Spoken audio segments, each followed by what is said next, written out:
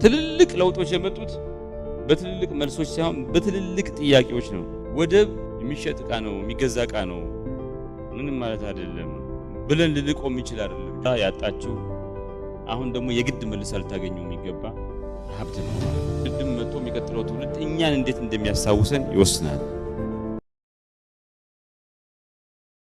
በዚህ ወቅት በተደጋጋሚ ከሚታዩ ነገሮች አንዱ በዚህ ዘመን ካፕላን የሚባል ሰውዬ ታውቁታላችሁ አምሹር ዘ ኤንድ ኦፍ ጂኦግራፊ የሚል መጽሐፍ አለው። ሁለተኛ ቆየት ብሎ ሰውየው ዘ ሪቬንጅ ኦፍ ጂኦግራፊ የሚል መጽሐፍ ጻፈ። አሁን ደግሞ ዘ ኒው ጂኦግራፊ ዘ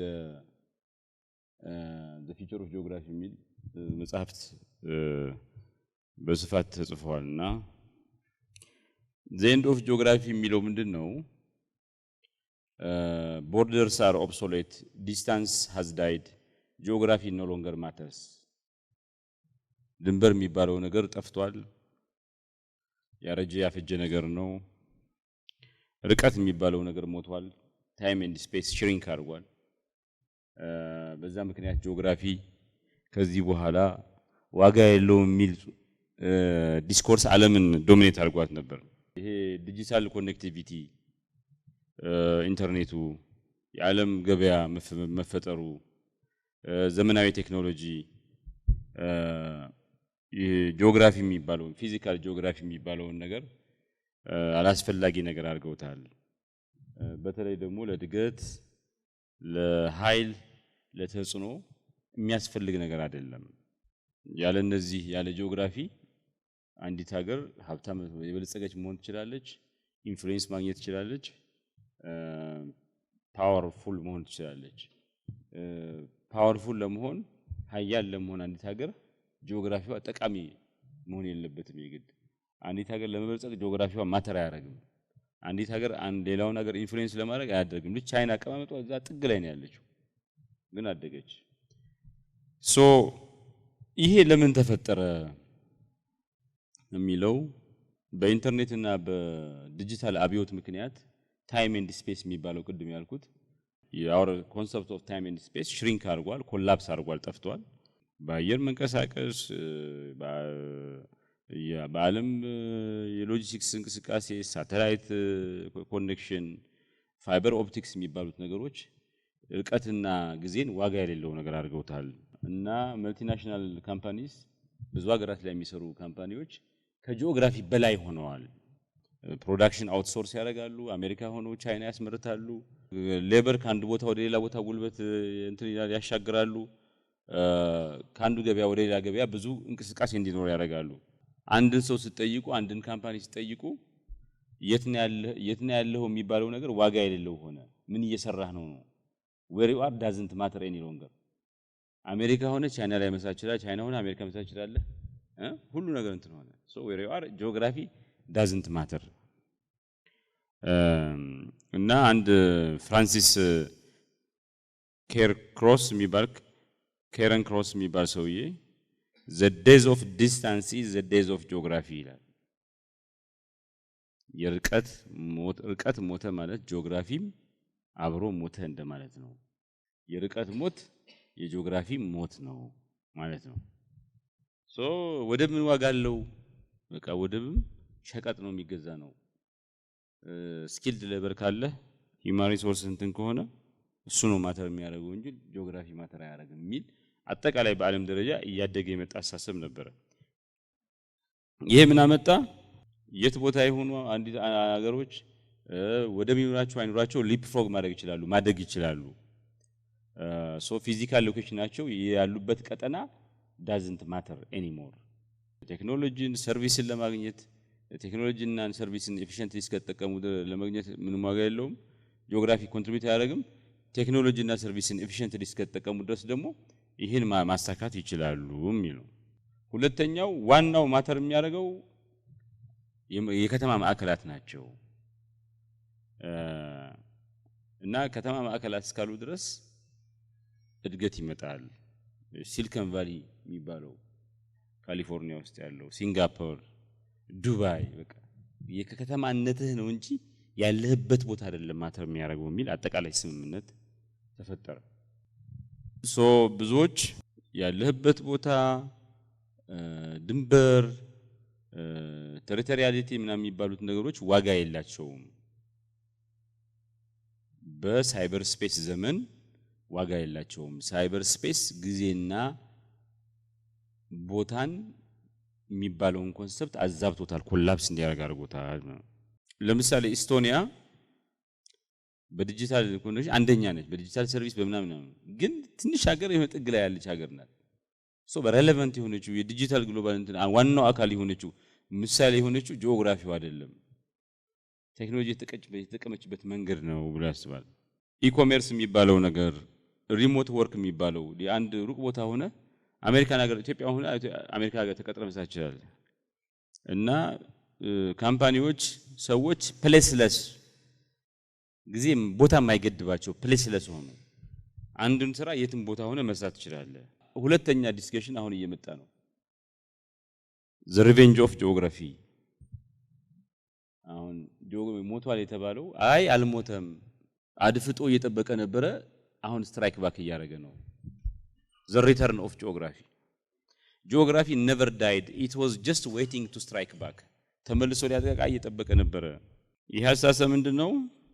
ይሄ ፊዚካል ጂኦግራፊ የሚባለው ነገር፣ የተፈጥሮ ሀብት የሚባለው ነገር፣ ድንበር የሚባለው ነገር፣ ተራራ የሚባለው ነገር በጥልቀት ኃይልን ግጭትንና የአንድን ሀገር የአንድን ሰው የአንድን ተቋም እጣ ፈንታ ይወስናሉ። በግሎባላይዜሽን እና በዲጂታል ዘመን ቢሆን ስቲል ጂኦግራፊ ማተርስ የሚል አስተሳሰብ ደግሞ ለምሳሌ ካፕላን the end of geography ብሎ በጻፈ እጁ after 10 years the revenge of geography ብሎ ጽፏል። ምን መጣ?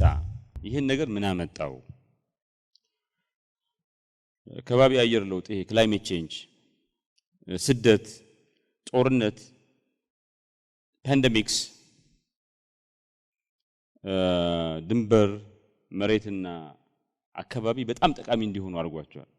የራሻና የዩክሬን ጦርነት ድንበር ማተር እንደሚያደርግ፣ ቦታ ማተር እንደሚያደርግ በግልጽ አሳይቷል። የሳፕላይ ቼን ዲስራፕሽንስ እንግዲህ የዓለም የአቅርቦት ግንኙነት በጣም ዲስራፕትድ የሆነ ነው። ለምሳሌ ይሄ የመን የተከሰተው እንትን የእስራኤል ፓለስታይን ጦርነት ሁቲስ አክት እያደረጉ ስለነበር በእስራኤል እንትን ላይ የተኮሱ ስለነበር ኮምፕሊት ተዛብቶ ነበር። መርከቦች በጣም በሩቁ ነበር እንትን የሚሉት በጣም ወጪ በሚጨምር ሁኔታ ማለት ነው። በከፍተኛ ደረጃ ወጪያቸውን በሚጨምር ሁኔታ ነበር ኦፕሬት እያደረጉ የነበሩት እና የማሪታይም ጉዞን ረጅም እንዲሆን አድርጎታል። በዛ ምክንያት ወጪ እንዲጨምር አድርጎታል። የአሜሪካና የቻይና ፉክክር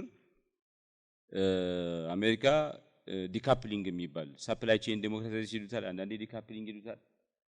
አይ ለቻይናን ሀብታም አላደርግም፣ ዲፔንደንሲ በጣም አደገኛ ነው፣ ታይዋን ልትወረን ነው፣ ስለዚህ ህንድን፣ ኢንዶኔዥያን፣ ቪየትናምን፣ ሜክሲኮን ምናምን ነው እንትን ብሎ ብላ ከቻይና የሚመጣውን በታሪፍ ምናምን ብዙ ነገር አለ ፖሊሲ ስትራቴጂ አውጥተው ማለት ነው። ይሄ ሳፕላይ ቼን ዲስራፕሽን እየመጣ ነው።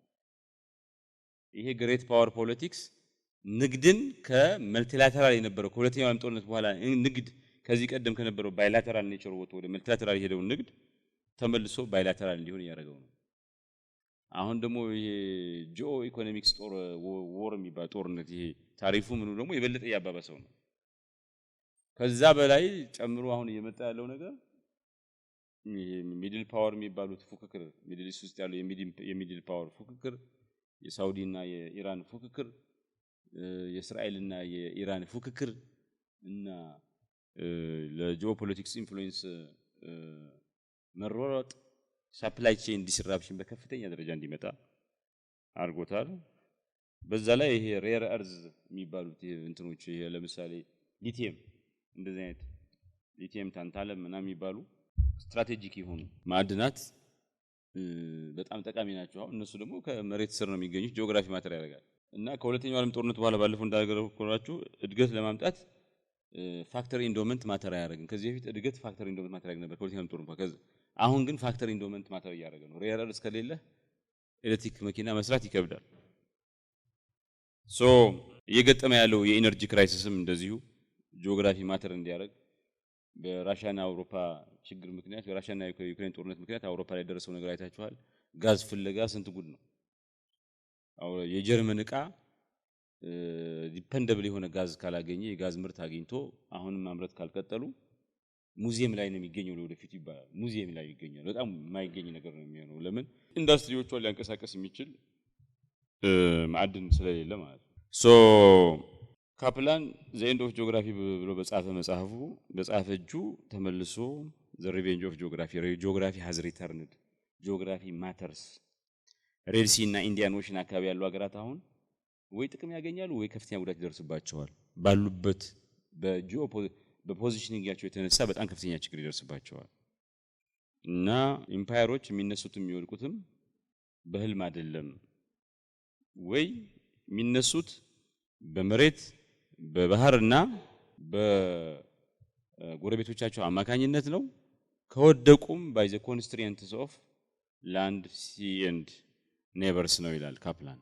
ሶ ጂኦግራፊ ማተርስ ወደብ የሚሸጥ ዕቃ ነው የሚገዛ ዕቃ ነው ምንም ማለት አይደለም ብለን ልንቆም ይችላል አይደለም። ጂኦግራፊ የዛሬ 10 ዓመት 15 ዓመት እንደዛ አሁን ኮምፕሊትሊ ተቀይሯል ነገር። ጂኦግራፊ ማተር የበለጠ ከዚህ ቀደም በታሪክ ማተር ካደረገው በላይ ማተር የሚያደርግበት ወቅት ላይ ነው የምንገኘው። ሶ እዚህ አስተሳሰብ ላይ ዘ ሪቬንጅ ኦፍ ጂኦግራፊ የሚለው አስተሳሰብ ላይ ዋናዎቹ ያሉት ነጥቦች ምንድናቸው? ጂኦግራፊ ስልጣኔን፣ ንግድን፣ ግጭትን፣ አይበገሬነትንና ባህልን ሼፕ ያደርጋል። ተራራዎች፣ ደዘርትስ፣ ወንዞች፣ ባህር ዳሮች በጦርነት በንግድ በራስን በመከላከል እና የአካባቢ ለውጥን በመላመድ ረገድ ከፍተኛ አስተዋጽኦ ያደርጋሉ። እና ትልልቅ ኃይሎች አሁንም ባሉበት አካባቢ ባሉበት ጂኦግራፊ ሼፕድ ይሆናሉ፣ ኮንስትሬንድ ይሆናሉ ኦር ሊፕ ፍሮግድ ይሆናሉ። ቻይና፣ ራሻ፣ አሜሪካ፣ ተርኪ፣ ኢራን ያሉበት አካባቢ በፉክክራቸው ማን ለሀያል ሆኖ እንደሚወጣ ይወስናል። ለምሳሌ አፍጋኒስታን ታሊባን ተሸንፎ በቃ ሁሉ ነገር አልቆ ነበር። ታሊባን በደህና ጊዜ እንትናን ያስተዳድራል ዘሆል አፍጋኒስታን የምትባለው ሀገር። በመጥፎ ጊዜ ደግሞ ምን ይሆናል? ቶራ ቦራ የምትባለው እንትን ላይ ነው የሚገባው። አጥፍተህ ማታጠፋው ድርጅት ሆኖ ለዛ ነው። እና እንግሊዝና አሜሪካ ያ ሁሉ 7-8 የአውሮፓ ሀገር አንድ ላይ ሆኖ አውሮፓና አሜሪካ አንድ ላይ ሆኖ ማጥፋት ያልቻሉት ተራራው ነው የተከላከለው። በጣም የተለየ ነው የቶራ ቦራ የሚባለው ቼይን ኦፍ ማውንቴንስ ነው። እኛ ሀገር የለም እንደዚህ አይነት። እና ያለዛ ያ ተራራ ባይኖር ኖሮ መሬት ላይ ቢሆን ኖሮ አጥፍተዋቸው ነበር። ሁሉን መሳሪያ ተጠቅመውባቸዋል፣ ግን ተራራውን ማጥፋት አይችሉም። ሶ ጂኦግራፊ ማተርስ የጦርነትን ውጤት ይወስናል። ዊዛውት እነዛ አለንታና ተገን የሆኑ ተራሮች ታሊባን ባይ ናው ኢዝ ጎን ውድ ሃቭ ቢን ጎን። የቻይና ቤልት ኤንድ ሮድ ኢኒሺየቲቭ የጂኦግራፊ ፕሮጀክት ነው። ኢኮኖሚ ኢንትረስታቸውን በጂኦግራፊ አማካኝነት ነው። ሶ ግሬት ፓወር ፖለቲክስ እና ራይቫልሪ ላይ ጂኦግራፊ ማተር ያደርጋል ማለት ነው። ባህር በር የሌላቸው ሀገሮች አሁንም ባህር በር ካላቸው ሀገሮች ወደ ኋላ ቀርተዋል። ሶ ጂኦግራፊ ማተር ያደርጋል ማለት ነው። ሶ አዲሱ ጂኦግራፊ ምንድነው? ዘኒው ጂኦግራፊ ምንድነው? ጂኦግራፊ አልጠፋም፣ አልተፋቀም፣ እንደገና እየተጻፈ ነው። ጂኦግራፊ ትራንስፎርምድ ሆኗል። ከዚህ ከፊት ከምናቀው በተለየ ሁኔታ ትራንስፎርምድ ሆኗል። በቴክኖሎጂ፣ በመሰረተ ልማት፣ በከባቢያዊ ለውጥ፣ በዲጂታል ስፔስስ አማካኝነት አዳዲስ ቦታዎች ተፈጥረዋል። አዳዲስ ስትራቴጂክ ዞኖች ተፈጥረዋል። ከምናቀው ትራዲሽናል ማፕ ኖርማሊ የምናቀው ትራዲሽናል ማፕ ባሻገር አዳዲስ ኢኮኖሚክ ዞንስ፣ አዳዲስ ስትራቴጂክ ዞንስ፣ አዳዲስ ቦታዎች ተፈጥረዋል። ሶ ጂኦግራፊ ጠፋ ሳይሆን እንደገና ተመልሶ ትራንስፎርምድ ሆነ፣ ሌላ መልክ ይዞ መጣ ነው መባል ያለበት ነው። ሶ ዲጂታል ጂኦግራፊ የሚባል ነገር አለ። ቨርቹዋል ፕላትፎርም፣ የዴታ ማዕከላት አዳዲሶቹ ተሬን ኦፍ ኮንትሮል ናቸው። አዳዲሶቹ የጂኦግራፊ ትዕዛዝ ማዕከላት ናቸው። አዲሱ ጂኦፖለቲካል ኮሪደር ሜጋ የመሰረተ ልማት ፕሮጀክቶች ልክ እንደ ቤልት ኤንድ ሮድ ኢኒሺየቲቭ፣ ለፒሴት፣ አርኪቴክት ሾፕ፣ ሺፒንግ ላይንስ ናቸው። አዳዲሶቹ ጂኦግራፊ ኔትወርክድ ሲቲስ፣ ኔትወርክድ የሆኑ ከተሞች ናቸው። ሸንዘን፣ ዱባይ፣ ሌጎስ። እነዚህ ከተሞች እርስ በርስ የበለጠ እርስ በርስ ይገናኛሉ። ሸንዘን ከቶኪዮ ጋር ሸንዘን ከሲኦል ጋር የበለጠ ኮኔክትድ ናት እዛው አካባቢ ካሉ ገጠሮች ይልቅ ማለት እዛ አካባቢ ነዋሪ ውጭ ሀገር ደርሶ አውሮፓ ለንደን ደርሶ ቶሎ ቶሎ ይመላለሳል እዛ ወደ ገጠር ከመሄድ በቴክኖሎጂ በሁሉም ነገር ማለት የኦሽኒክ ጂኦግራፊ የሚባል ደግሞ አለ። ባህር ከዚህ ቀደም ማተር ካደረገው በላይ የበለጠ ማተር ያረጋል። አሁን ባህር ከዚህ ቀደም ከነበረው ዋጋና ፋይዳ በላይ የበለጠ ፋይዳ አለው። አሁን ሳብማሪን ኬብልስ አሉ፣ የባህር መቆጣጠሪያ ማዕከላት አሉ፣ ብሉ ኢኮኖሚክ ዞን አለ። አዲስ ራሱን የቻለ ኢኮኖሚክ ዞን አዋቅሯል። ጂኦ ቴክኖፖለቲክስ የሚባል አዲስ አስተሳሰብ መጥቷል። ጂኦግራፊ ብቻውን አይደለም የአንድ ሀገር ኃይልን ሼፕ የሚያደርገው፣ ቴክኖሎጂም ጂኦግራፊን ሼፕ እያደረገ ነው የሚል አስተሳሰብ አለ። ሶ በዚህ ጊዜ ቴሪቶሪ የሚባለው ነገር ድንበር የሚባለው ነገር በዚህ ዘመን ሰርቨሮች፣ ሳተላይቶች እነሱ የሚቆጣጠሩ ኮዶች አዳዲሶቹ ድንበሮች ናቸው። ይሄ ዲጂታል ሶቨሬንቲ የሚባል ነገር አለ። ሶ ሳተላይትም ፓርት ኦፍ ቴሪቶሪ ነው ማለት። ሶ ለወደፊቱ ጂኦግራፊ ምንድነው የሚሆነው? አዲስ ዓለም የሰው ልጅ እየፈጠረ ነው። ዘ ፊውቸር ኦፍ ጂኦግራፊ ምንድነው? የሰው ልጅ አዲስ ዓለም እየፈጠረ ነው። ፊዚካል፣ ዲጂታል እና ፕላኔተሪ የሆነ ዓለም እየፈጠረ ነው።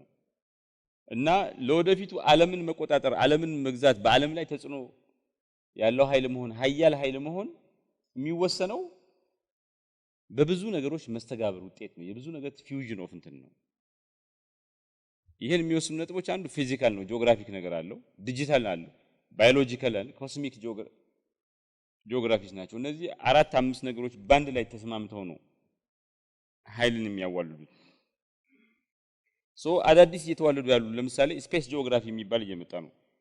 ስፔስ ላይ ያለውን ጂኦግራፊ እንትን የሚል ማለት ሉናር አውትፖስት፣ ማርስ ኮሎናይዜሽን፣ ስፔስ ማይኒንግ የሚባል ነገር እየመጣ ነው። ኒው ፓወር ስትራግል አለ። አዲስ የሆነ ፓወር የኃይል ፉክክርና ሽኩቻ አለ። የአሜሪካ፣ የቻይና፣ የህንድ ስፔስ ኤክስም የግል ካምፓኒ ነው፣ ግን እዚህ ውስጥ ተፎካካሪ ነው። ከራሻ ጋር በጣም ትይያል። ጄኖሚክ ወይ ደግሞ ባዮ ጂኦግራፊ የሚሉት አለ። ባዮ ኢንፍራስትራክቸር የሚባል ዲኤንኤ በባንክስ ባዮ ሴኩሪቲ ዞንስ እየተፈጠሩ ነው። እና በጂኦግራፊ ኦፍ ባዮ ቴክኖሎጂካል አድቫንቴጅ የተባለ እነዚህ አዳዲሶቹ ጂኦግራፊዎች ናቸው። ኒውሮ ጂኦግራፊ፣ ክላይሜት ጂኦግራፊ እና ኒውሮ ጂኦግራፊ ምን ይላል? ቦታ ማለት የሆነ ስፔሲፊክ የሆነ ቦታ እዚህ ማለት አይደለም።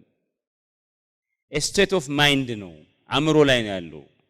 እና ምንድነው ዘ ፊውቸር ኦፍ ጂኦግራፊ የሚለው የሰው ልጅ መሬትን አልፎ ወደ ሌላው ፕላኔት መሄድ በቻለ ቁጥር የበለጠ ጂኦግራፊ ማተር ያደርጋል። ቢኮዝ ይሄን ማስተር የሚያደርጉት ይሄን ቢዮንድ እርዝ የሚሄደውን ጂኦግራፊ ማስተር የሚያደርጉ ተመልሰው መሬትን ይገዛሉ ነው። ሶ ጂኦግራፊ እየተቀየረ ትራንስፎርም እያደረገ መጣ እንጂ ሶ ስለ ጂኦግራፊ ያለን አይደል? ምንድነው ጂኦግራፊ መጀመሪያ ኦብሶሌት ነው ሞቷል ተባለ። ከዛ ኖ ጂኦግራፊ ስትሪ አሁንም ማተር ያደርጋል ተባለ። ከዛ ጂኦግራፊ ትራንስፎርም እያደረገ ነው ተባለ። ጂኦግራፊ ደግሞ መልቲ ዳይሜንሽናል ነው ተባለ ማለት። ሶ አሁን ጂኦግራፊ መልቲ ዳይሜንሽናል እየሆነ ነው እና ጂኦግራፊ አሁንም አልሄደም። እንደገና እየተወለደ ዲጂታይዝድ እየሆነ እየተባዛና ዊፐናይዝድ እየሆነ መሳሪያ ሆኖ እየመጣ ነው። ይሄ ጂኦግራፊ ሞቷል የተባለው ከተጋነነ ከዲጂታል ሪቮሉሽን የተጋነነ ጥባቄ ከኤክሰሲቭ ዲጂታል ኦፕቲሚዝም የመጣ አስተሳሰብ ነው። አሁንም መሬት፣ ባህርና ጎረቤቶች እነማን እንደሆኑ ኃያልነትህን ይወስናል፣ ደካማነትህን ያመጣል። እና የሚቀጥለው ዘመን ላይ ዶሚናንት የሚሆነው ኃይል ሃይብሪድ የሆነ ማስተር ያስፈልገዋል። ውቅያኖሶችን መቆጣጠር አለበት፣ ሰርቨሮችን ግን እዛ ላይ ሳይቆም ሰርቨርን መቆጣጠር አለበት፣ ክላይሜትን መቆጣጠር አለበት፣ ቦዲስን መቆጣጠር አለበት፣ ከዋክብትን መቆጣጠር አለበት። ሶ ሃይብሪድ ማስተሪ ነው። ኢትዮጵያ ዲጂታል ሪቮሉሽን ሰርቼ ምናምን ሰርቼ ይበቃኛል ማለት የለባትም። ሃይብሪድ ማስተሪ ካላት ብቻ ነው ማተር የምታረገው የሚቀጥለው ማለት ነው። ሶ 90% አካባቢ የሚሆነው የዓለም ንግድ በውሃ ነው እንትን የሚለው ባህር ላይ ነው የሚከናወነው። በዛ ምክንያት ባህሮች፣ ውቅያኖሶች የዲጂታል የወታደራዊና የኃይል መሰረተ ልማት ማዕከላት እየሆኑ ነው ያሉት እና የማሪታይም ማዕከላት የነበሩት ቦታዎች ሚሊታራይዝድ እየሆኑ በከፍተኛ መሳሪያ ጋጋታ ላይ ነው እንትን ያሉ ሞኔታይዝድ እየሆኑ ገንዘብ የታፈሰባቸው ነው። በዛ ምክንያት የባህር በር ማለት ዝም ብሎ ኒውትራል የሆነ ጂኦግራፊያዊ ፌኖሜና አይደለም። ኒውትራል የሆነ ማተር የማያደርግ የተወሰነ የወደብ ኪራይ ምናምን ብቻ የሚያስገኝልህ ኦር የወደብ ኪራይ ብቻ በስተቀር የሚያደርግልህ ነገር አይደለም። አሁን ይልቁንስ የሲቪላይዜሽናል ጌትዌይ የሆነ የስልጣኔ በር እየሆነ ነው። የጂኦፖለቲካል አድቫንቴጅ የሚገኝበት ማዕከል እየሆነ ነው። ስለዚህ አክሰስ ቱ ዘ ሲ የሌለው ባህር በር የሌለው ሀገር የሆነ ነገር ተጓለበት የማይመች ነገር የተፈጠረበት ያልተመቸው አገር ብቻ አይደለም፣ ስትራቴጂክ ፔናልቲ ነው። ስትራቴጂያዊ ቅጣት ነው የደረሰበት። የባህር በር የሌለው ሀገር is no longer lack of access to the sea is no longer an inconvenience። ዝም ብሎ የሆነ ነገር የተጓደለ ዲስኮምፎርት አይደለም። የሆነ 1.5 ቢሊዮን 2 ቢሊዮን ዶላር ለወደብ ኪራይ መክፈል ማለት ብቻ አይደለም። ስትራቴጂክ ፔናልቲ ነው፣ ከብዙ ነገር የሚያስቀር ነገር ነው ማለት ነው። ስለዚህ የበለጠ ሲ ዘ ኦሽን ውሃ የበለጠ ኮንሲኩዌንሻል የሚያደርጉት ነገሮች አሉ። በዚህ ወቅት 5 ነገሮች አሉ። አንደኛ ዘ ብሉ ኢኮኖሚ እየተባለ የሚጠራው ነገር በጣም ተስፋፍቷል። ዘ ብሉ ኢኮኖሚ ኤክስፓንድ እያደረገ ነው። ውሃ የሚባለው ነገር እንደዚህ ቀደሙ አሳ የምታጠምድበት ወር ንግድ የምትነግድበት ብቻ አይደለም። ኦፍሾር የዊንድ ፋርምስ አሉ። ባህር ላይ ማዕድን እንትን ላይ ይወጣል ነዳጅን ጨምሮ። ብሉ ባዮቴክኖሎጂ አለ። ማሪን ኢኮቱሪዝም አለ። ኮስታል ስማርት ሲቲስ አሉ። እነዚህ ትሪሊየንስ ሀብት የሚያመነጩ ናቸው። በ2030 3 ትሪሊየን ይደርሳል።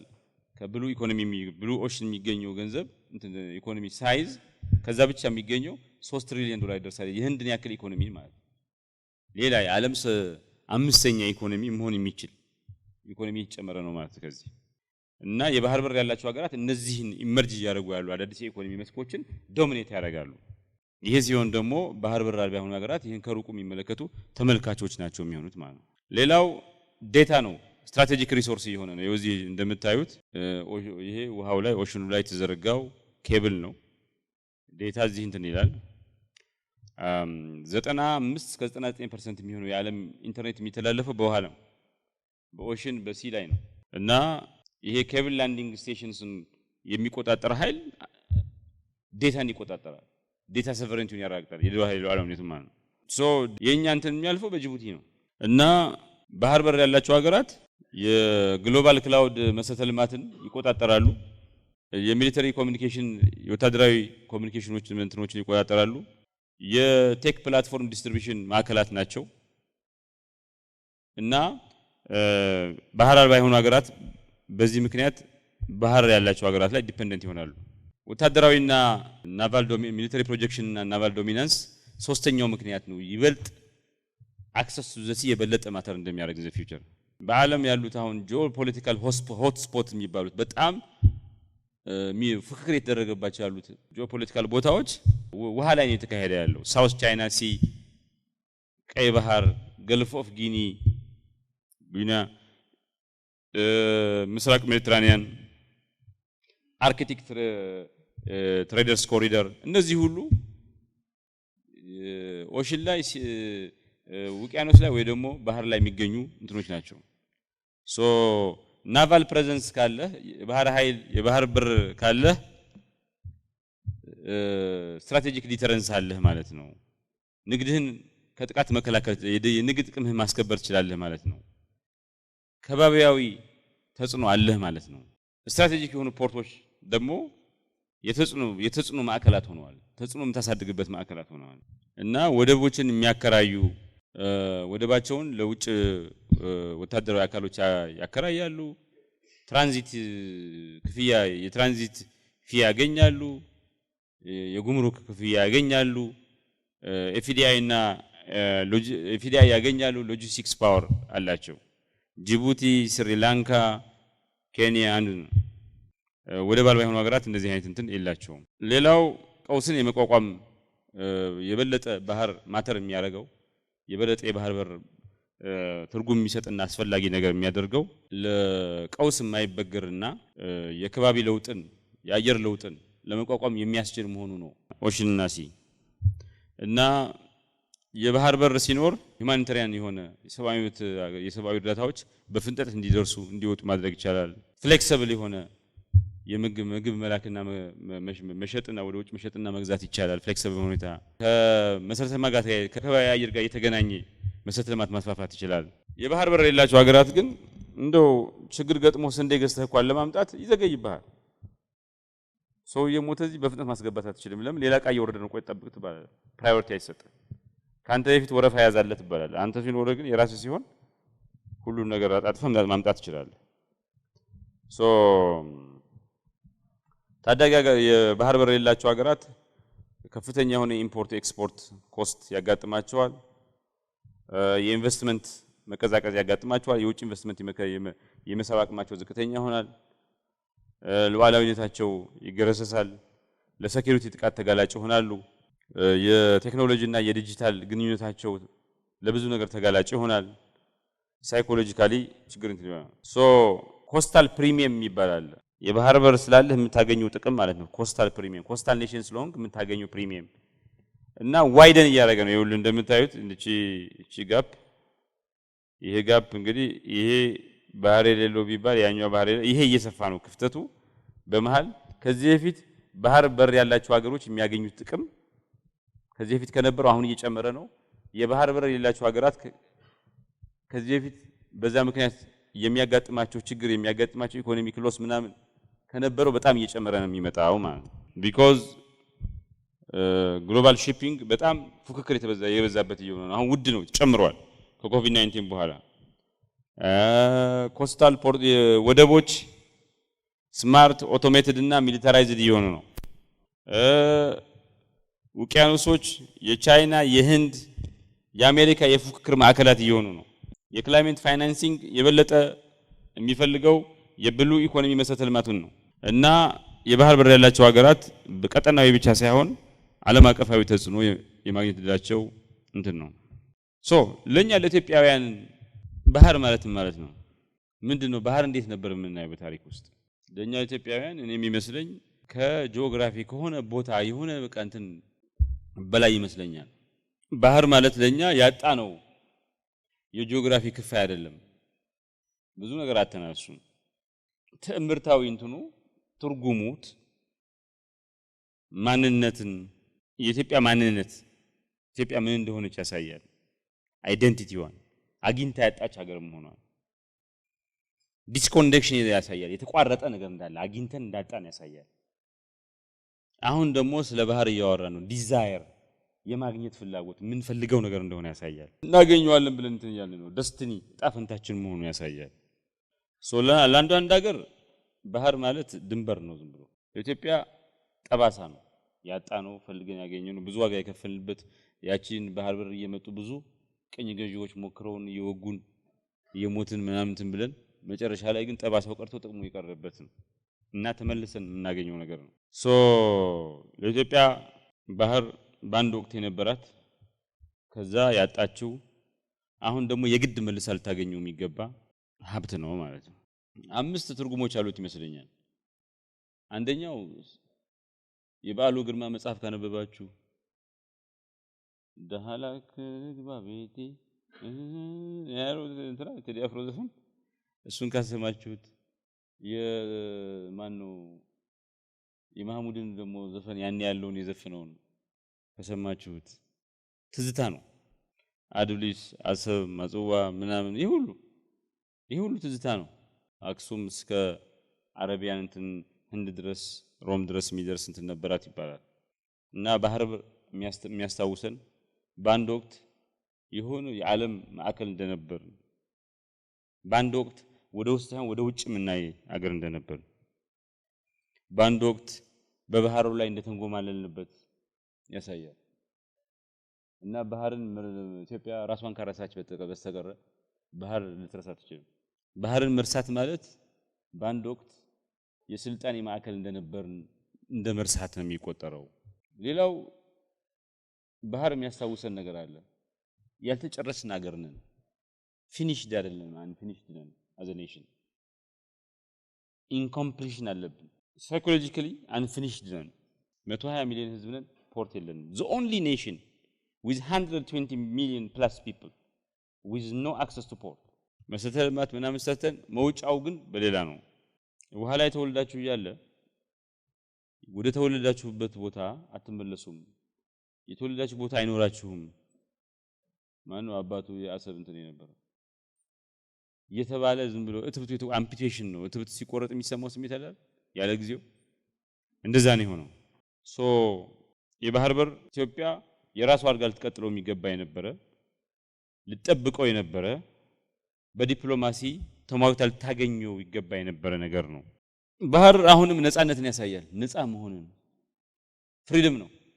የዓለም 90% ዕቃ የሚሸጠው ሸቀጣ ሸቀጥን የሚተላለፈው በውሃ ላይ ነው ካል አክሰስ ቱ ሲ የባህር በር ማለት ነፃነት ነው፣ ራስን መቻል ነው። ያለ ኢትዮጵያ ራሷ ባህር በር የላትም ማለት ለንግድ ብዙ ዋጋ ታወጣለች፣ ለኔጎሺዬሽን ብዙ ዲፕሎማሲ ስራ ያስፈልጋታል፣ ብዙ ተጽዕኖ ያስፈልጋታል፣ ማንነቷ ብዙ ስራ ይጠይቃል ማለት ነው። ባህር አልባ መሆን ማለት ወደብ አልባ መሆን ማለት ላንድ ሎክድ መሆን ማለት ዝም ብሎ ስታተስ አይደለም። አልባ ምናምን ያገባ ያላገባ እንደሚባለው አይደለም። የተማረ ያልተማረ እንደሚባለው አይደለም። እንደዚህ ስታተስ አይደለም። it is dependence በሆነ ጉሮሮህ ላይ ቆሞ በሆነ ሰው ሲፈልግ ልክ ጉሮሮ ላይ ቆሞ እንዳይተላለፍ ውሃው አርጎ ሲጫንብህ ከዛ ሲፈልግ ደግሞ እንደዚህ ሲያልፍ ውሃ አይታችሁታል። ውሃ ስታጠጡ አትክልት ምናምን እስኪ ጫን በሉት እንትኑ ጎማውን ይቆማል አይደል? ውሃው ከዛ ሲፈቅለው እንደዛ ነው። ሶ ባህር በር ተመልሰን ማግኘት ማለት ሉዓላዊነታችን መልሰን ማግኘት ማለት ነው። ሞቢሊቲያችንን ሪከቨር ማድረግ ማለት ነው። ድምጻችን በቀጠናው ውስጥ እንዲሰማ ማስቻል ማለት ነው። አራተኛው ባህር ኢማጂኔሽን ነው። ባህር ኢማጂኔሽን ነው። ጠቅላይ ሚኒስትር አብይ አህመድ ምስጋና ለጠቅላይ ሚኒስትር አብይ አህመድ ምስጋና ይግባና ይሄ ሁሉ እንድናገር ያስቻሉን እሳቸው ናቸው። ባይዞ ይሄን ያነሱት ዘሲ አዛዝ ኢማጂኔሽን ነው። ኢማጂን ነው። ባህር አድማሰ ሰፊነትን ያለ መገደብን በነፃነት ስለመንቀሳቀስ ሴንስ ኦፍ ፖሲቢሊቲ ሁሉም ነገር ይቻላል የሚል ስሜት ይፈጥራል። በተለይ ለወጣት ባህረኛ መሆን ከዚህ በኋላ ባህረኛ ሆናለሁ አሳጠምዳለሁ ብዙ ነገር ይቻላል ብሎ እንዲያስብ ያደርጋል። ልጆቻችን የአውሮፕላን አብራሪ፣ ሐኪም፣ ኢንጂነር ብቻ አይደለም ባህረኛም ሆናለሁ ብሎ ኦሽን ኢኮኖሚክ እንትን ላይ እንትናለሁ ማዕድን ቆፍራል ምናምን ብሎ ሊያስቡ ይችላል። ኢኖቬሽን ኢንስፓየር ሊያስቡ ይችላሉ። ብሉ ኢኮኖሚ፣ ናቫል ኢንጂነሪንግ፣ ሎጂስቲክስ፣ ዓለም አቀፍ ግንኙነት እንትን ማለት ምን ይባላል መሰላችሁ? ሲ ፌሲንግ ካንትሪ ቲንክስ ዲፈረንትሊ ኢት ድሪምስ ቢዮንድ ኢትስ ቦርደርስ። የባህር በር ያላት ሀገር የምታስብበት መንገድ ባህር በር ካላት ሀገር በጣም ይለያል። ከድንበሯ ተሻግራ አድማሳዊ አርጋ ሆና ነው የምታስበው። ስታስብ ራሱ ይባላል ዘን the sea as restoration ተመልሰን የምናገኘው ነገር ነው ባህር። ኢትዮጵያ ባህር በር ታገኛለች ማለት ሌላውን ተመልሳ ሌላውን ቀኝ ትገዛለች ከሌላው በጉልበት ትነጥቃለች ማለት አይደለም። the recovery of balance ነው። ሌሎቹ 4-5 ነው ያላቸው፣ እኛ ምንም የለንም። ባላንስ ነው ደግሞ በህግም በሞራልም ምናምን የሚያስገባ እናየዋለን የሚገባንን ነገር ነው። ሶ ባህር በር ሲመለስ ምንድነው የሚመለሰው? አብሮ ኢኮኖሚክ ጀስቲስ ኢኮኖሚያዊ ፍትሃዊነት ይመለሳል። ሪጂናል ኢኩሊብሪየም ቀጠናዊ ባላንስ ይፈጠራል። የትውልድ ቅድም ዲስኮንቲኒቲ ብለናል። የትውልድ ቅብብሎሽ ይፈጠራል። ባህር ኮንትሮል ስለማድረግ አይደለም፣ ኮኔክቲቪቲ ነው። ኢትዮጵያ ሲክ የምታደርገው ሌላውን ለመቆጣጠር አይደለም፣ ከሌላው ጋር ለመገናኘት ነው የምትፈልገው። ኢትዮጵያ ባህር ይዛ ሌላውን እንዳይገናኝ እንዳይተነፍስ ጉሮሮ ላይ መቆም አይደለም። እናንተ እንደዛ አድርጉ ተገናኙ ከዓለም ጋር፣ እኔ ግን አልገለል ነው፣ እኔም አብሬ ልገናኝ ኮኔክትድ ልሁን ነው።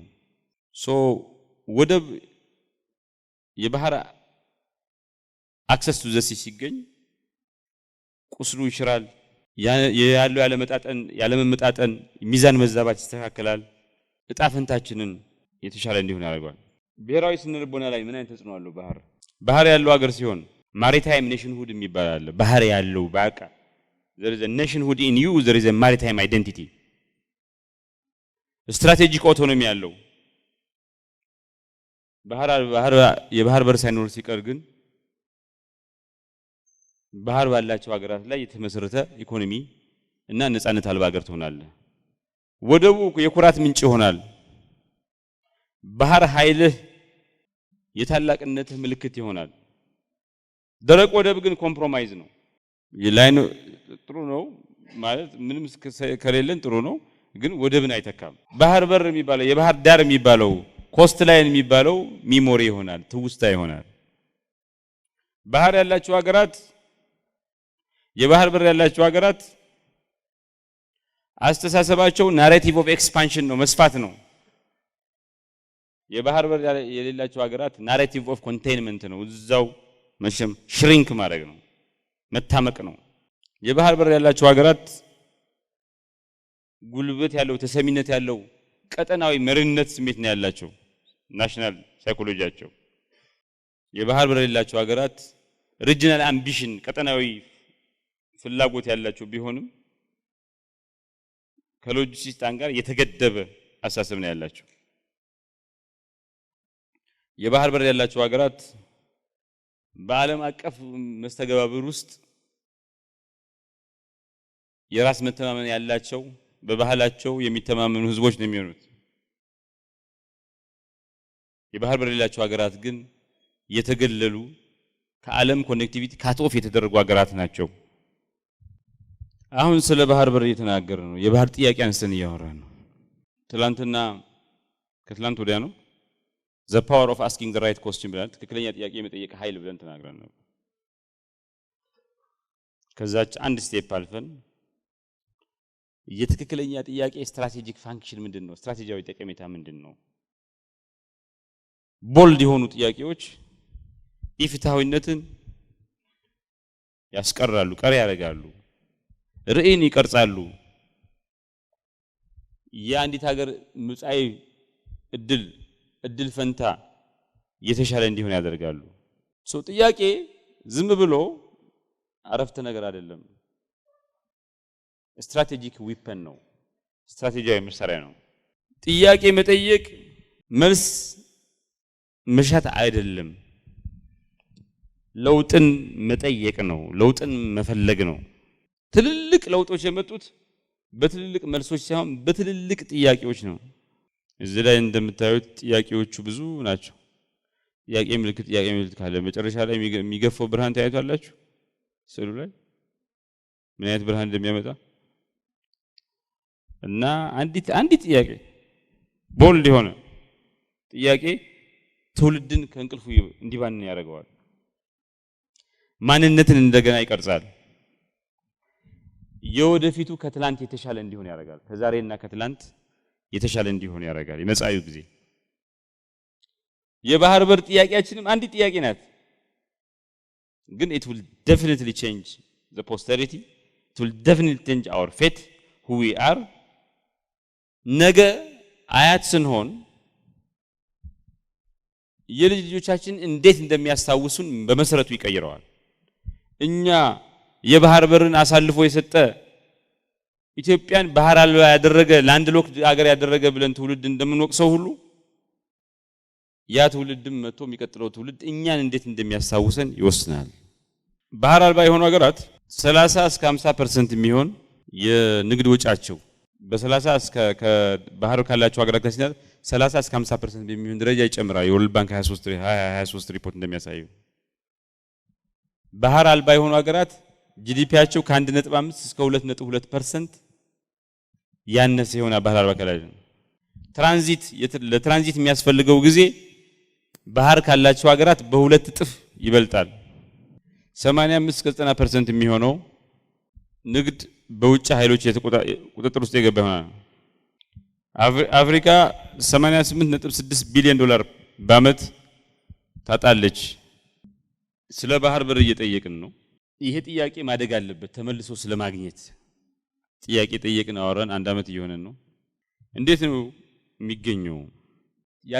ያጣውን ነገር ተመልሶ የሚያገኝ አገርና ማህበረሰብ መጀመሪያ የመጠየቅ ድፍረት ያስፈልገዋል። the courage to ask መጠየቅ ነው ወይ ደግሞ ስትራቴጂክ ኢግኒሽን ይሉታል። ብልጭታ ያስፈልገዋል። እዚህ ላይ ለምንድነው የባህር በር ያጣነው? ለምንድነው ተመልሰን ካጣነው በኋላ ያልተመለሰው ብለን መጠየቅ ይገባናል። እንደዚህ ስናደርግ ዝምታ ይሰበራል። በዚህ ጉዳይ ላይ የሚደረግ ውይይት የተለመደ እንዲሆን ያደርጋል። የማይታየው ነገር እንዲታይ ያደርጋል። የትውልዶች ንግግር እንዲጀመር ያደርጋል። በዛ ምክንያት ጉዳዩ አቴንሽን እንዲያገኝ ያደርጋል።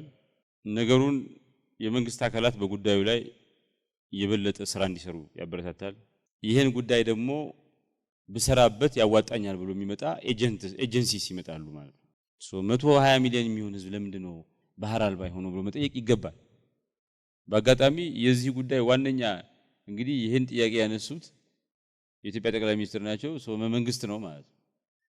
ኖርማሊ ህዝብ አንስቶት መንግስት ይወስደዋል። ግን ይሄኛው መንግስት ራሱ ያነሳው ጥያቄ ስለሆነ ሌላ ትልቅ እንትን ነው ማለት ዘን እንደዚህ ከሆነ በኋላ ጉዳዩን ብሔራዊ ጉዳይ አድርጎ መቅረጽ ያስፈልጋል። ጥያቄውን የብሔራዊ ጥያቄ አገር ጥያቄ አድርጎ ማቅረብ ነው።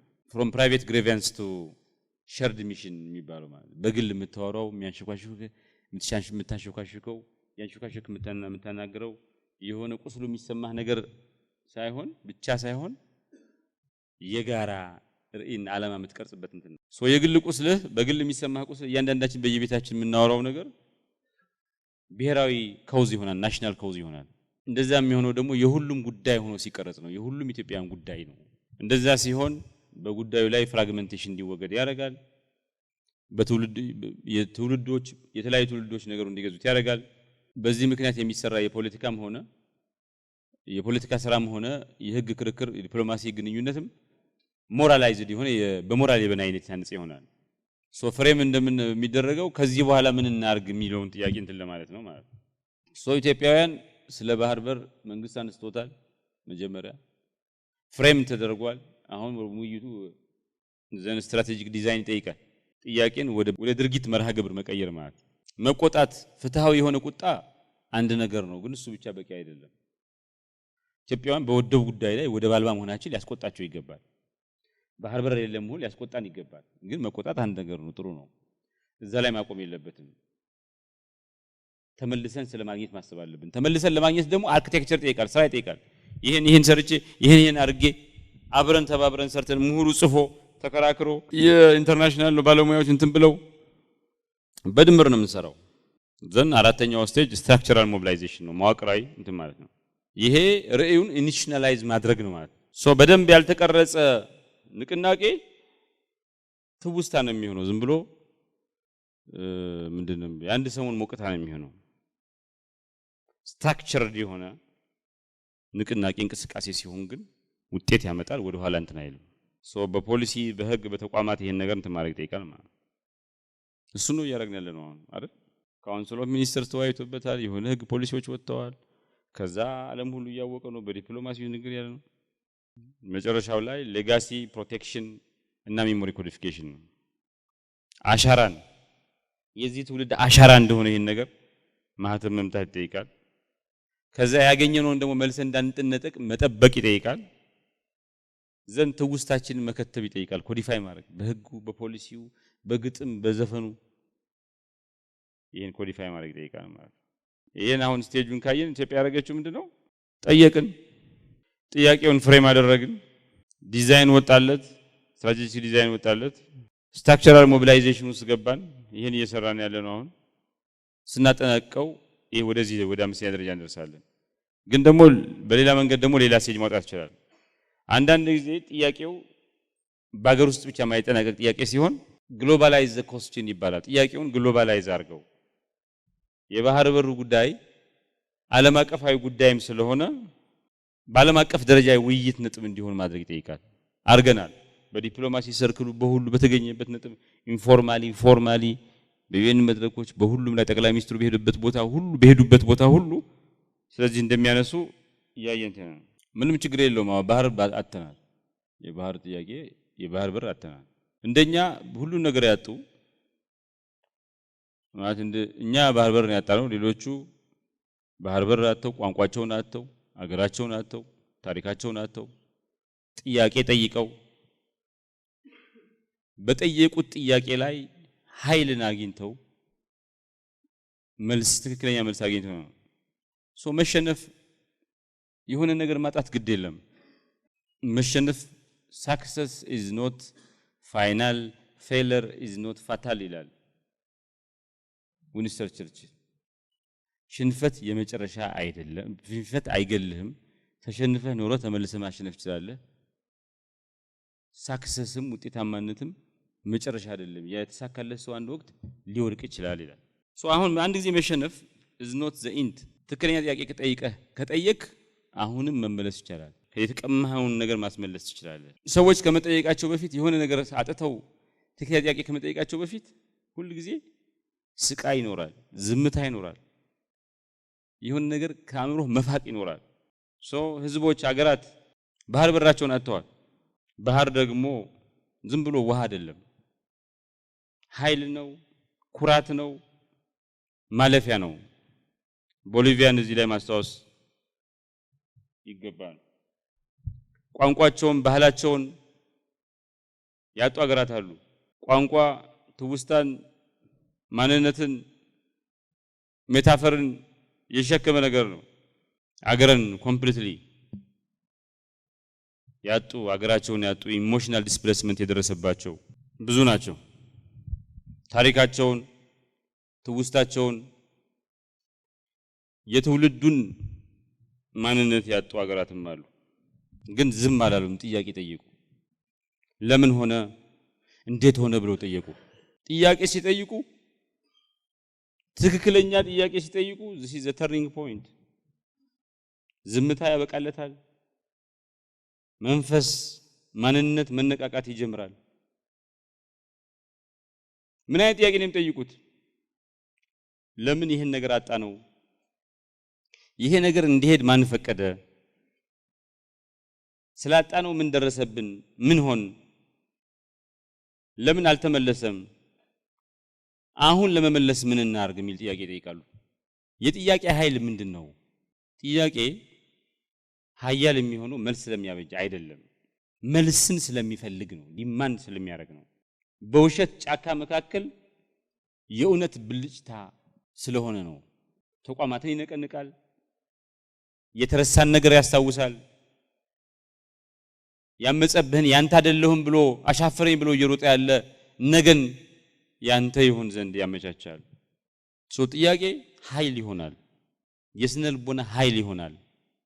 ሰለባ ነኝ ተጎጂ ነኝ ብለህ ከማሰብ እጣ ፈንታዬን መቀየር እችላለሁ ብለህ ወደ ማሰብ ያሸጋግራል። ጥያቄ የፖለቲካ ኃይል ይሆናል። የዓለም ፖለቲካ ሲበድልህ ባህር አልባ ሲያደርግህ ቻሌንጅ እንታረገው ሞራል ይቀሰቅሳል። ጥያቄ የባህል ኃይል ይሆናል። የተረሱ የተዘነጉ ባህሎች፣ ሐሳቦች፣ ምኖች ይነሳሱ ያደርጋል። ጥያቄ የዲፕሎማሲ ኃይል ይሆናል። የተዘጋህን በር ያኳኳል። የአገርህን ጥቅም እንደገና ሪክራፍት ያደርጋል። ጥያቄ በትውልዶች መካከል የሚያገናኝ ድልድይና ኃይል ይሆናል። ዓላማን፣ አገራዊ ተልእኮን ከትውልድ ወደ ትውልድ በማሸጋገር ጥያቄ ከሁሉ በላይ ያጣኸውን የተነጠቀውን ኃይል ሪከቨር እንድታደርግ መልሰህ እንድታገኝ ያደርጋል። in that question they found power ይባላል። ጥያቄው ላይ ኃይላቸውን አገኙት፣ ኃያልነታቸው መጣ። ይሄ የሚሆነው ጥያቄ ልክ እንደጠየቅ ተመልሰህ ያጣኸውን ነገር ስለምታገኝ አይደለም። ልክ እንደጠየቅ ሆምላንድህን፣ ቋንቋህን ወይም ደግሞ የባህር በርህን እንካ ብሎ በሰርቲፊኬት የሚሰጥህ ሰው ስላገኘህ አይደለም። ግን ጥያቄ መጠየቅ ራሱ ተመልሰህ ለማግኘት የሆነ ያጣኸው ነገር ተመልሰህ ለማግኘት የምታደርገው የመጀመሪያ እርምጃ ስለሆነ ነው። ይሄ ነገር ለምን ሄደ፣ ለምን አሁን የለንም ብለህ ስትጠይቅ ተመልሰህ የምታገኘው ኃይል ምንድነው? የሞራል ኃይል ታገኛለህ። የምታነሳው እውነት ነው፣ የሚገባ ነገር ነው። you have the right to choose ሞራል ኃይል ታገኛለህ የትርክት ኃይል ታገኛለህ ትርክትህን ጉዳትህን ምንህን ራስ ስለምትተርከው ስለምትናገረው ስትራቴጂያዊ ኃይል ታገኛለህ እጣፈንታን ተመልሶ የሚቀይር ስነልቦናዊ ኃይል ታገኛለህ የሚገባህን ነገር የሚያስፈልግህን ነገር ያለ ሀፍረት ስለምታስታውስ ሲቪክ ፓወር ታገኛለህ ዜጎች በዚህ ጉዳይ እንዲሰሩ እንዲቀሳቀሱ ስለሚያደርግ ለመሆኑ ትውልዶችና ሀገራት የባህር በራቸውን ያጣሉ ወይስ እኛ ብቻ ነን ያጣነው አዎ ያጣሉ ያውም ብዙ ጊዜ ያጣዋል አዎ ሀገራት ባህር በራቸውን ብዙ ጊዜ ያጣዋል የሚያጡት ግን በጦርነት አማካኝነት የቀኝ ግዛት ውሎች እንደገና ሲታደሱ ጸረቀኝ ግዛት ትግል እንቅስቃሴ በመገንጠል በጂኦፖለቲካል ኮንሴሽንስ ወይ በዲፕሎማቲክ ግዴለሽነት ወይም ደግሞ በውስጥ ደካማነት ነው ግን ሬር የሚሆነው ያልተለመደ የሚሆነው በእነዚህ ምክንያት አገራት ወደብ ያጣሉ እኛ ያጣንበት መንገድ ግን በጣም ሬር ነው ያልተለመደ መንገድ ቦሊቪያ 1884 እስካሁን ድረስ ወደብ የላትም ነበራት በፓሲፊክ ጦርነቶች ምክንያት 140 አመት ባህር አልባ ሆናለች ቺሌ in the war of Pacific የፓሲፊክ ጦርነቶች ላይ ወደቧን ቀምታ ወስዳ እንትን ብላለች እና ቦሊቪያ ከ20 እስከ 40% የሚሆን የንግድ ወጪዋ ጨምሯል ይባላል በዚህ ምክንያት የወታደራዊና ማሪታይም የባህር ኃይሏ በከፍተኛ ደረጃ ተሸርሽሯል የቦሊቪያውን ትውስታ ባህር መናፈቅ ቢሆንም ባህር በተግባር መጥቶ እንተናን 2013 ላይ ወደ ፍርድ ቤት ወስደው ቦሊቪያን ተከራክረው ነበር ኦስትሪያ ሃንግሪ ከአንደኛው ዓለም ጦርነት በኋላ ኢምፓየሩ የአጠቃላይ ኢምፓየሩ ሲፈርስ ኦስትሪያ ባህር አልባ ሆነች እና ኢኮኖሚዋ ቀነሰ ይሄ አድሪያቲክ ትሬድ አድቫንቴጅ የሚባለው ታገኝ የነበረው ነገር አጣች እና ወደብ ለማግኘት ከአውሮፓ ህብረት አካል ስለሆነች የአውሮፓ ህብረት ፓርትነርሺፕ እና ትሬድ ኮሪደር እንጠቀማለች ግን የነበራትን ተሰሚነት በከፍተኛ ደረጃ አጣለች በአጠቃላይ አፍሪካ ውስጥ 16 ሀገራት ላንድ ሎክድ ናቸው ባህር አልባ ናቸው አውሮፓ ውስጥ 12 ሀገራት እንደዚሁ ኤሲያ ውስጥ 12 ሀገራት ደቡብ አሜሪካ ውስጥ 2 ሀገራት በድምር 44 ሀገራት ባህር አልባ ናቸው ባህር በር የላቸውም እነዚህ ሀገራት ግን ሁሉም እንደዛ አልነበሩም ሲጀምር ባህር አልባ ሀገራት ዓለም ውስጥ ካሉት ሀገራት መካከል 13% ባህር አልባ ናቸው የኢኮኖሚ አቅማቸው ግን በጣም ይወርዳል ከዚህ በታች ነው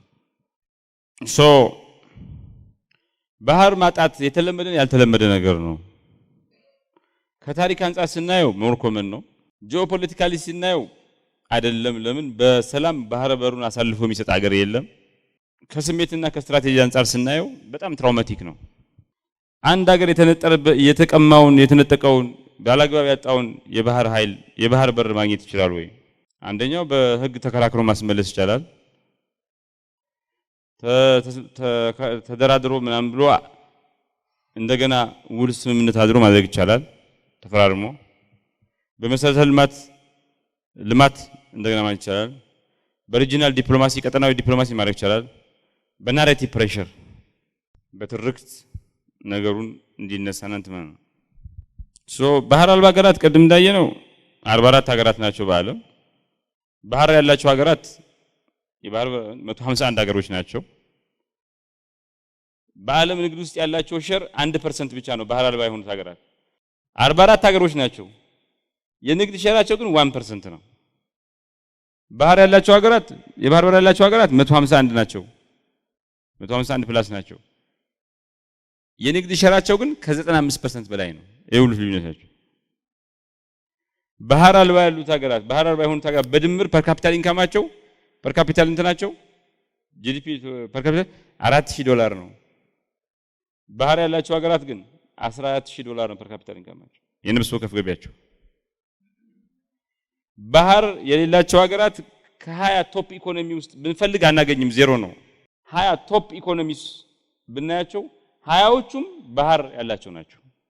ዓለም አቀፋዊ ናቫል ፕሬዘንስ ብናይ ባህር አልባ የሆኑት ሀገራት የላቸውም። ሁሉም የባህር ኃይሎች እንትና ያላቸው። የንግድ ወጫቸው ባህር አልባ የሆኑት ሀገራት ከ30 እስከ 50% ከፍ ይላል። ባህር ካላቸው ሀገራት የባህር በር ያላቸው ሀገራት ቤዝ ላይን ወጪ ነው። እቃቸውን ወደ ገበያ ለማውጣትም ሆነ ገዝተው ለማምጣት 2 እጥፍ ጊዜ ይወስዳል። ይዩት 44 ሀገራት ግን ግሎባል ትሬድ ሼር የዓለም ንግድ ውስጥ ያላቸው ሼር 1%። 151 ሀገራት ግን ዜር ግሎባል ትሬድ ሼር 95% በላይ። ጂዲፒ ፐር ካፒታል እንትን እዩት 4000 ባህር አልባ የሆኑት ሀገራት ማለት ባህር በር ያላቸው ሀገራት ግን $14000 ፐር ካፒታል ኢንካማቸው። this በጣም ክሬዚ ነው ያለ ምክንያት ነው። ሂማን ዴቨሎፕመንት ኢንዴክስ እንይ ባህር አልባ የሆኑት ሀገራት 0.58 እስከ 0.64 በዘንድ ድረስ ይደርሳል ይባላል። ባህር ያላቸው ሀገራት አቨሬጅ ግን 0.7 እስከ 0.85 ድረስ ነው። የመሰረተ ልማት ኢንዴክስ የሚባለው ኢንፍራስትራክቸር ዴቨሎፕመንት ኢንዴክስ የሚባለው ብናየው በጣም በከፍተኛ ዝቅተኛ ነው። የባህር አልባ ሀገራት ባህር ያላቸው ሀገራት ግን ከፍተኛ ነው። የኢንተርኔት እና ሳብማሪን ኬብል አክሰስ ባህር አልባ የሆኑ ሀገራት በጣም ዝቅተኛ ነው። ባህር ያላቸው ሀገራት ቀጥተኛ የሆነ ፈጣን የሆነ እና ርካሽ የሆነ ኢንተርኔት አክሰስ አላቸው። የፉድ ሴኩሪቲ ሪስክ ባህር ያላቸው ሀገራት ሃየር ነው ከፍተኛ ነው። ባህር ያላቸው ሀገራት ፉድ ዝቅተኛ ነው። በፊሽንግ በአሳ ማጥመድ ስለሚችሉም ፈጣን የሆነ ትሬድ ማድረግ ስለሚችሉ የአፍሪካ ላንድ ሎክድ አገሮች ሲሆን ደግሞ ሌላ ድርብ ጭቆና የሚደርስባቸው አፍሪካ ሲሆን ደግሞ ላንድ ሎክድ የሆነ አፍሪካ ውስጥ ሲሆን ደግሞ ሌላ ነገር ነው። አንደኛ የቅኝ ግዛት እንትኖች ናቸው ብዙዎቹ ሀገራት በኮሎኒያል ትሪቲ ምክንያት እንደዚህ ነው። ሁለተኛ የባህር በር የሚያከራዩዋቸው ሀገሮችም በጣም ፍራጃይል ነው ሁኔታቸው። የሆነ ነገር ቢፈጠር እንትን አይደለም አስተማማኝ አይደለም። ኦስትሪያ ወደብ ላይ ኖራች ይችላል ግን አስተማማኝ አክሰስ አላት። ስዊዘርላንድ ወደብ ላይ ኖራች ይችላል አስተማማኝ አክሰስ አላት። በጣም ከፍተኛ የሆነ ዝቅተኛ የሆነ ኮኔክቲቪቲ ነው ያለው። ሃይ ዲፔንደንስ ነው ያለው። ማሊ፣ ናይጄሪያ፣ ቡርኪና ፋሶ፣ ቻድ፣ ኮትዲቫር ላይ ነው በኮትዲቫር ጋና ወይ ደግሞ ቤኒን ተጠቅመው ነው እንትን የሚሉት። ማሊ፣ ኒጀር፣ ናይጄሪያ አልኩኝ። ማሊ፣ ኒጀር፣ ቡርኪና ፋሶ፣ ቻድ በጣም ይቸገራሉ። ዩጋንዳ፣ ሩዋንዳ፣ ኬንያ እና ታንዛኒያ ተጠቅመው ነው እንትን የሚሉት እና ኮምፓውንድ ዲስአድቫንቴጅ የሚባል አለ። ድርብ ጉዳት ላንድ ሎክድ ሆነ ፖስት ኮሎኒያል ኔሽን ሆነ ድህረኩ በጣም አስቸጋሪ ነው። ቺሊ እና ቦሊቪያ እናወዳደር። ቦሊቪያ 1884 ባህር በር አጣች። ቺሊ ደግሞ 6400 ኪሎ ሜትር ፓሲፊክ ኮስት ላይን አላት። ተቀማጭ አስፋናት። የቦሊቪያ ትሬድ ኤፊሺየንሲ በጣም ዝቅተኛ ቀሰስተኛ ነው። በጣም ውድ ነው። ቺሊ በጣም እያደገች ያለች ነች። ኤፊሺየንት ነው። የባህር ኃይል ቦሊቪያ የላትም። ቺሊ የቀጠናው ሀያል እንትን ነች። የቦሊቪያ ፐር ካፒታል ኢንካም $3500 ነው። የቺሊ $17000 ነው። እንግዲህ ቦሊቪያ ላንድ ሎክድ ነች፣ ባህር አልባ ነች። ቺሊ ደግሞ የራሷ ባህር አላት። አገራት በጣም ፐዝሊንግ ነገር ምን መሰላችሁ? ስዊዘርላንድን እንደምሳሌ ተጠቅሶ ባህር በር አልባ ሆኖ ባህር ሳይኖር ማደግ ይቻላል። ስዊዘርላንድ እኮ አድጋለች ይላሉ። ስዊዘርላንድ ያደገች ሀገር ናት። በጣም አድቫንስድ ሀገር ናት። ባህር የላት። ግን ስዊዘርላንድ የተከበበችው በሀብታም ሀገሮች ነው። ስቴብል በሆኑ ዩሮፒያን ካንትሪስ ነው። ስቴብል የሆነ እንትን ያላቸው ሀገሮች ነው። በጣም ከፍተኛ መሰረተ ልማት አላት። በጣም ፈጣን የሚባል ባቡር እንትን አላት። የግሎባል ኢኮኖሚክ ኒች እንትን ነች። ጠንካራ ተቋማት አሏት። ባህር በርን በአስተማማኝ ደረጃ አክሰስ እንድታደርግ የሚያስችል ስምምነት አላት። ስዊዘርላንድ ባህር በር ሳይኖራት ስኬታማ የሆነች አገር ተብሎ ትነገራለች። ባህር በር ሳይኖራት ስኬታማ የሆነች አገር ተብላ ልትጠቀስ አትችልም። ስዊዘርላንድ ያለችበት አካባቢ ፕሪቪሌጅድ ነው። በጣም ፕሪቪሌጅ ያለው ጂኦግራፊ ነው። የተለየ ታሪክ አላት። የተለየ ሪሌሽንሺፕ አላት። ስዊዘርላንድ ከጣሊያን ጋር ጥሩ ነች። ከጀርመን ጋር ጥሩ ነች፣ ከፈረንሳይ ጋር ጥሩ ነች። እነዚህ ሌላ ሮማኖቭስ አራት ብሔሮች ከአራት ብሔሮች የተወጣጣች ሀገር ናት። አራቱም ብሔሮች በዛና በዚህ ቦርደር አለ። ቶታሊ ከኛ ሁኔታ ጋር አይገናኝም፣ ይገልጽ አይችልም። ስዊዘርላንድ ላንድ ትራፕድ አይደለችም።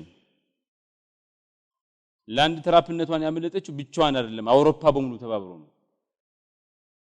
እንደ አውሮፓ አይነት አውሮፓ እኮ አንድ ሀገር ሆኗል። ኦልሞስት ዩሮፒያን ዩኒየን እኮ ፎርም ኦፍ ፌደሬሽን ነው ይላሉ አይደል? ያንዱ ፖርት የሌላው እኮ ነው። ተመሳሳይ ካረንሲ ነው ያለው፣ ተመሳሳይ እንትን ነው ያለው። ሶ